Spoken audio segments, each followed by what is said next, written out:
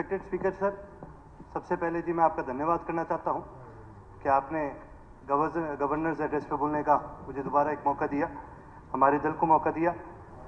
साथ ही साथ आज गवर्नर्स एड्रेस काफ़ी गंभीरता से सभी साथी सुन रहे होंगे, विपक्ष के पक्ष के दोनों साथियों ने सुना होगा। तो आज इस पे जी कई ऐसे विषयों पर चर्चा हुई जिसको मैं ये मानता हूं कि एक बड़ा ऑक्सीमोरन सा था ये एड्रेस, कि एड्रेस के अंदर ही कई बातों पे बड़ी कॉन्ट्रडिक्शन हुई है। सबसे पहले पैराग्राफ 6 में माननीय गवर्नर साहब ने एक बात का जिक्र करा कि भाई एंटी करप्शन जो पॉलिसीज हैं उनके बारे में जिक्र किया गया। साथ ही साथ पैराग्राफ 8 में नीति, नियत, निष्ठा, निर्णय इनके बारे में जिक्र किया गया। और फिर उसके बाद उसके अंदर ये बात भी रखी गई, माननीय अशोक अरोड़ा जी ने भी ये बात उठाई कि भाई जो पुरानी जो सरकारें थी उनकी जो करप्ट पॉलिसीज है, क्या उनके ऊपर कार्रवाई करना जरूरी नहीं है करप्शन फ्री सरकार चलाने के लिए? बिल्कुल जरूरी है। और जब उन्होंने जिक्र करा तो उन्होंने पिछले 10 साल की सरकार का तो बड़ा जिक्र करा कि भी कई सारे घोटाले थे, शराब घोटाला था और घोटाले थे, कि जी इन सब पर कार्रवाई होनी थी। लेकिन मैं आपके माध्यम से हाउस में एक बात और लाने का काम करूंगा कि उससे पहले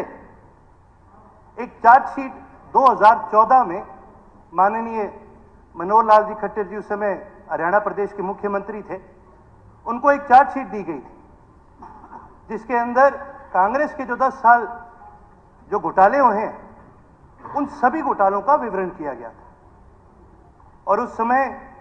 माननीय मुख्यमंत्री साहब ने यह बात कही थी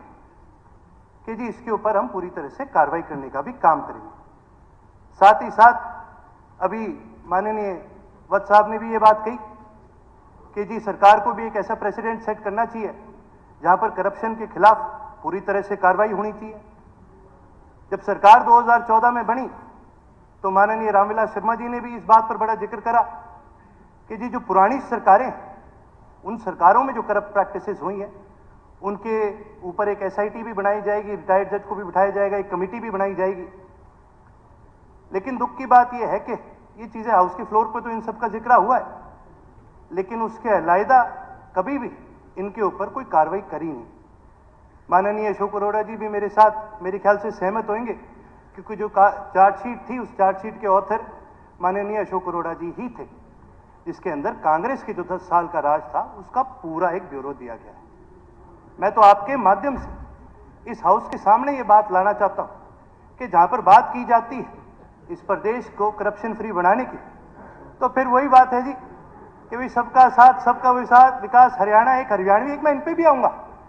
लेकिन मैं ये कहना चाहूंगा कि अगर मैं दोनों को बोलूंगा जी, मैं दोनों को बोलूंगा कि भाई जहां करप्शन के चार्जेस है तो फिर सिर्फ कल वाले करप्शन के चार्जेस जरूरी नहीं है ना, पिछले 20 साल में सभी के ऊपर कार्रवाई करनी चाहिए। और ये रिकॉर्ड की बात है सर स्पीकर महोदय, मैं आपसे एक चीज जरूर कहूंगा, क्योंकि कल हमारी ओरिएंटेशन थी सभी साथियों की, तो ये बात कही गई थी कि कोई टोका टाकी ना हो। मैं आपके माध्यम से सभी विधायकों को यह कहना चाहूंगा जी, किसी भी विधायक ने कभी भी बोला हमारी पार्टी आपको नहीं टोकेगी, आप हमें भी टोकने का काम ना करें। कल भी, उससे पहले भी लगातार जहां पर बात करी गई करप्शन के ऊपर,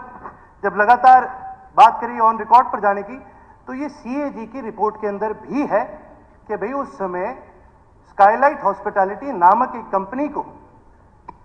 जमीन अलॉट करी गई थी, और ऐसी जमीन अलॉट करी गई थी जिस जमीन तक राह भी नहीं था, रास्ता भी नहीं बना था, और रातों रात रास्ता बनाया गया। और जब वो रास्ता बनाया गया उसकी वजह से पहले तो जमीन अलॉट करी, सस्ते में अलॉट होगी, रास्ता बनाने के बाद दाम बढ़ गए।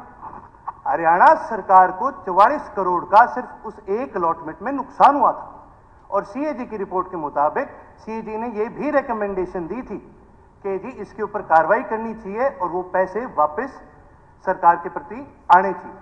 हमने ये मुद्दा विधानसभा में लगातार उठाने का काम करा है, और माननीय डिप्टी स्पीकर साहब के फादर साहब भी उस समय विधानसभा का एक हिस्सा था, आपने भी इस मुद्दे को उठाने का काम करे। लेकिन परंतु एक बड़ी दुख की बात है कि उस समय में विधानसभा का एक ऐसा माहौल बन चुका था कि आम मुद्दों को उठाया नहीं जाता था, उनको दबाने का पूरा प्रयास करा जाता था। हम तो जी नए विधायक हैं, हम तो आपसे एक ही उम्मीद करते हैं, क्योंकि लगातार जब से ये सरकार बनी है, नई सरकार बनी है, नए विधायक आए, सबको एक बात बताई जाती है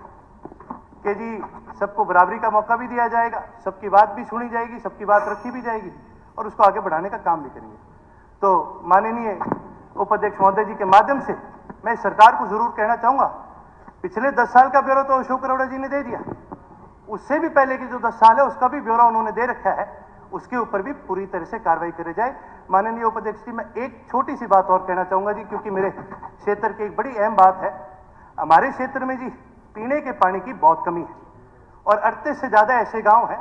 जहां पर पीने का पानी नहीं है, ट्यूबवेल के माध्यम से वहां पीने का पानी पहुंचाया जा रहा है और वो ट्यूबवेल का जो पानी है वो पानी काफी खराब हो चुका है, वो पानी लगभग जहरीला हो चुका है, इसकी वजह से कैंसर के भी काफी केसेस बढ़ चुके हैं। इसका सबसे बड़ा कारण है पोल्यूशन, जहां एक तरफ तो सरकार किसानों को तो घेरने का काम करती है